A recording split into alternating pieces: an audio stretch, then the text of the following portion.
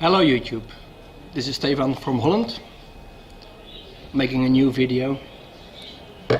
I already made a video about the €30 starter kit, survival kit, Swiss Army knife, Mora 511 and the Tramontina machete, rebuilt machete.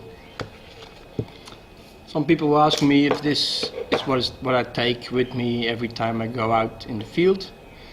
And I have to say no. I have more knives and I tend to use them. So I tend to carry better stuff for a survival situation or any situation where that can lead to a survival situation. As I already told you, I only alter knives that I have a second one for my collection. So you will all recognize the Ontario SB5, the Bowie survival knife. What I didn't like about the knife is again the false edge on the top and actually the entire Bowie style clip. So it took some effort, but I remodeled the older one, making it more like a Bowie clip, no false edge whatsoever.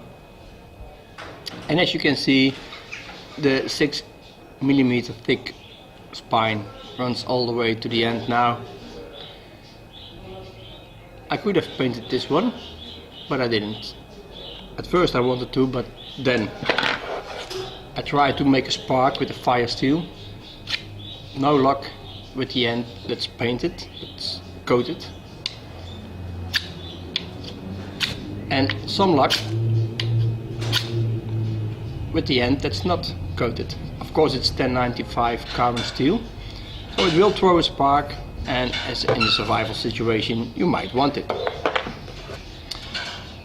So also a lot of people are talking about a big blade versus an axe. Well, I prefer a big blade for several reasons. Of course you can use it as a scraper, you can chop, you can cut, and also because I lost some of the weight of the tip. As you can see, I just lost some metal there. Losing some metal means losing weight.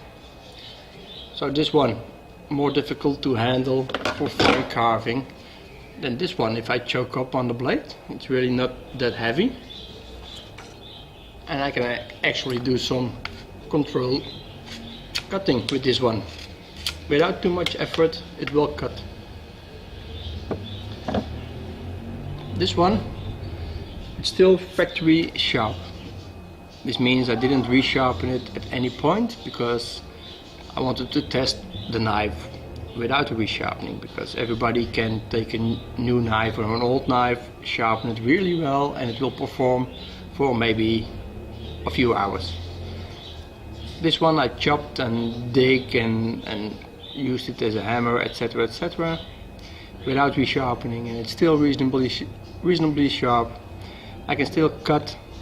Of course this one, this is the edge where most of the chopping is done. It's not very sharp anymore, but then again it won't chip. This one is a finer edge, still sharp enough to cut some wood, etc, etc, make feather sticks even. So that's why the choice of the big knife instead of the axe, because the axe is just not as multifunctional in my opinion than a big knife. To replace the Mora for a survival situation, I choose the Valknieven F1. You have seen lots of tests on this one. There are lots of tests on YouTube at least. This one, although it is not carbon steel but stainless steel, will throw a very good spark every time you use it. Also, convex edge is very strong, a bit more difficult to maintain in the field maybe, but then again, if you are in a survival situation, that's normally a situation where you want to get out within a few days or even hours, because it's a life-threatening situation. if you're going into the field to stay there, remain there for a longer period, that's why I call it bushcraft, and that's a whole different story. But as for a survival blade, this one is very good. It's also intended as a survival blade. Also the sheet is very good. It locks positively. It's low profile. If you put it in your duffel bag, your backpack, whatever, it won't come out. So it's very secure and it's ready if you need it. So that's for my survival setup. The Valknieven F1 and the altered Ontario SB5. By the way, I heard a rumor that they are stopping this line, this Pack Plus line. It's a pity because I really like those knives. But then again, I still have a brand new one for in my collection, so this one is just a heavy user. Of course, I still keep my Swiss Army knife on a lanyard. Okay, that's it for now. Hope you enjoyed. Requests and also comments are welcome, of course. Okay, bye bye.